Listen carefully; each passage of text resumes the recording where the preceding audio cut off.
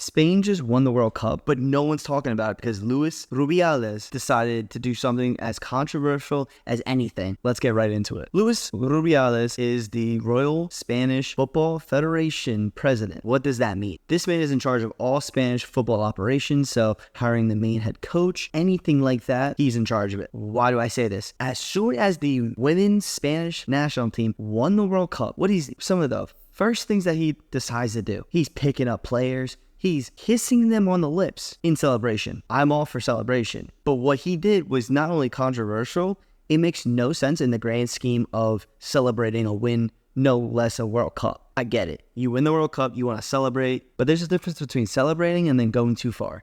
This man was not only kissing players, but taking their heads and forcibly kissing them. That's where the controversy comes from. Essentially, Jenni Hermoso went up to him to celebrate, and he grabbed her head and forcibly kissed her on the lips. Bro, what are you doing? He said, oh, it's consensual. How are you going to say something is consensual without asking the person that received the kiss? Jenni Hermoso said that she did not like it. And obviously, when you're celebrating, the emotion doesn't really hit you until you're like, oh my God, did that really just happen? Rubiales also was grabbing his crotch in front of 16-year-olds at the end of this game as well. I promise you, if my team wins the World Cup, I'm going to be doing some stupid stuff. But that type of stuff, you will not catch me doing. This has led to so much controversy back in Spain where now players are like, I'm not playing for you. You have men's players saying that they're not going to play for the national team. You have women's players that are saying they're not going to play for the national team until Rubiales steps down. And that's what everyone thought was going to happen. FIFA suspended him and they're like, all right, he'll probably resign, to save his face and stuff like that. And in the Rubiales fashion, what does this man do? He states explicitly 5 times he will not resign. And he's going to fight this witch hunt. Bro, it's not a witch hunt. You are selectively putting yourself in a bad situation because you're doing stupid shit.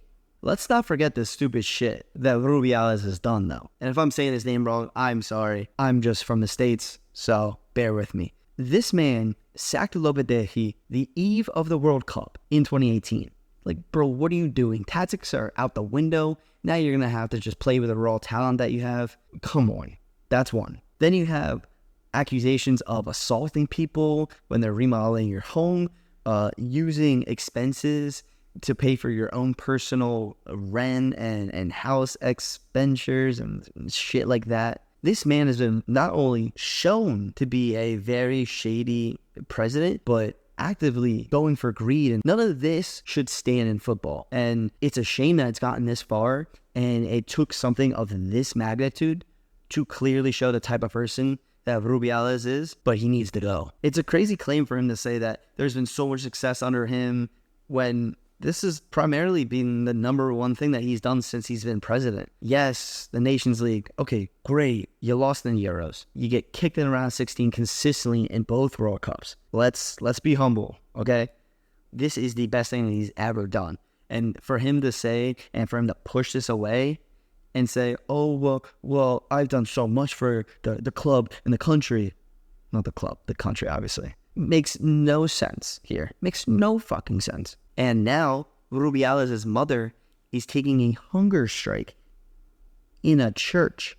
What? In her protest, she, quotes, is an inhumane, bloodthirsty witch hunt, which my son is being subjected to. Ma'am, this is not the case here. Your son did some stupid stuff, and now he has to pay the consequences for his actions, like a grown adult. While I do feel bad because I feel as though the mother is just obviously supporting her son, Rubiales has to acknowledge that he did wrong. And until then, I mean, the amount of players that said that they will not play for the Spanish national team is rising by the day. People are tweeting out. People are saying, oh, I'm not going to be a part of this if he's still on this board, if he's still the president. I mean, there's going to be canceled matches or better yet, forfeited matches because of this. This is becoming a problem that they will not be able to fix unless he steps down.